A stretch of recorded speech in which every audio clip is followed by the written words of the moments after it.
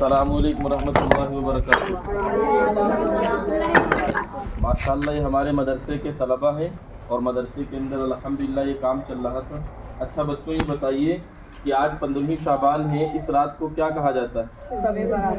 15वीं शाबान की रात को क्या कहा जाता है? शब बारात कहा जाता है। आप बताइए कि अरशद भाई, शब बारात की रात की शब बारात को शब बारात क्यों कहते हैं? सबके माने रात और सबके माने रात और बारात के माने निजात और छुटकारा है। जैसा कि उलमा कराम बयान करते हैं कि चूँकि इस रात में गुनाहों से छुटकारा और निजात की रात है, इसी वजह से इसको शब बारात कहते हैं। एक दूसरी रिवायत में है कि अल्लाह ताला इस रात में कबीले बने कल्बों के बकरियों के बालों के बराबर इंसान को आज़ाद कर देते हैं। माशाअल्लाह माशाअल्लाह। आप बताइए, मोहम्मद अयान साहब, ये हमारे मदरसे का एक छोटा तालिब इल्म है। आप ये बताइए कि इस रात में हमें ज़्यादा से ज़्यादा इबादत करनी चाहिए, तो इसके लिए सबसे बेहतर कौन सी नमाज़ रहेगी? सलातुत तस्बीह की नमाज़ की फ़जीलत क्या है और ये नमाज़ अल्लाह के नबी ने सबसे पहले किसको सिखलाई थी? आप बताइए।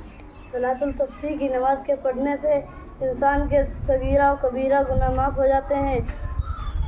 ये नमाज हुज़ूर सल्लल्लाहु अलैहि वसल्लम ने अपने चचा को सिखलाई थी और फरमाया था कि हो सके तो रोज़ाना, वरना हर जुमे और हर महीने में एक बार या साल में एक बार या अपनी ज़िंदगी में एक बार ज़रूर पढ़ लो। अच्छा, आप बताइए तौफीक साहब कि सलातुल तस्बीह की नमाज से कितने किस्म के गुनाह माफ़ हो जाते हैं? सलातुल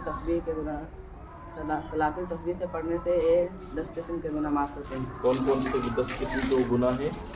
नंबर 1 अगले गुनाह, नंबर 2 पिछले गुनाह, नंबर 3 पुराने गुनाह, नंबर 4 नए गुनाह, नंबर 5 गलती से किए हुए गुनाह, नंबर 6 जानकर के हुए गुनाह, नंबर 7 छुप कर के हुए गुनाह, नंबर 8 खुल्लम खुल्ला किए हुए गुनाह, नंबर 9 छोटे गुनाह, नंबर 10 बड़े गुनाह।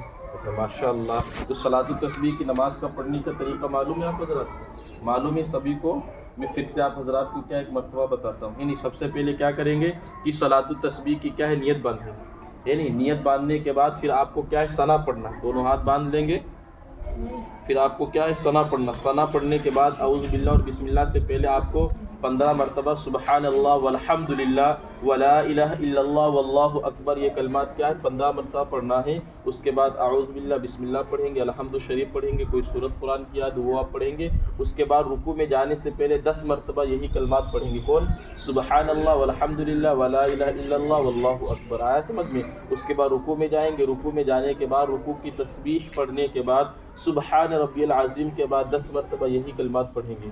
कौन कलमात? सुबहान अल्लाह वल्हम्दुलिल्लाह वला इलाहा इल्लल्लाह वल्लाहु अकबर। फिर रुकू से उठेंगे तो समी अल्लाहु लिमन हमीदा रब्बना लकल हम्द के बाद यही कलमात कितनी मरतबा पढ़ेंगे? 10 मरतबा। आया समझ में? फिर जब सजदे में जाएंगे तो सजदे की तस्बीह के बाद यही कलमात कितनी मरतबा पढ़ेंगे? 10 मरतबा। फिर जब दोनों सजदों के दरमियान बैठेंगे तो यही कलमात कितनी मरतबा पढ़ेंगे? 10 मरतबा। फिर दूसरा सजदा करेंगे, सजदे की तस्बीह यानी सुबहान रब्बिल आला पढ़ने के बाद यही कलमात कितनी मरतबा पढ़ेंगे? 10 मरतबा पढ़ेंगे। आया समझ में? तो ये एक रकात में 75 मरतबा हो जाएंगे और चारों रकात के अंदर ये 300 मरतबा हो जाएंगे। इसी तरीके से क्या है, सलातुल तस्बीह की नमाज़ पढ़ी जाएगी। जिस तरीके से पहली रकात पढ़ी, दूसरी रकात भी क्या इसी तरीके से क्या पढ़ी जाएगी। ये सलातुल तस्बीह की नमाज़ का क्या है, तरीका हो गया। आप वीडियो के अंदर बता दें कि वीडियो को इसको क्या सवाब की नीयत से ज़्यादा क्या शेयर करें, ताकि लोग क्या सलातुल तस्बीह की नमाज़ का तरीका सीख सकें और नमाज़ पढ़ सकें और इस रात की फजीलत को क्या है हासिल कर सकें। अंदर आप लोग मुतवज्जिह हो जाए।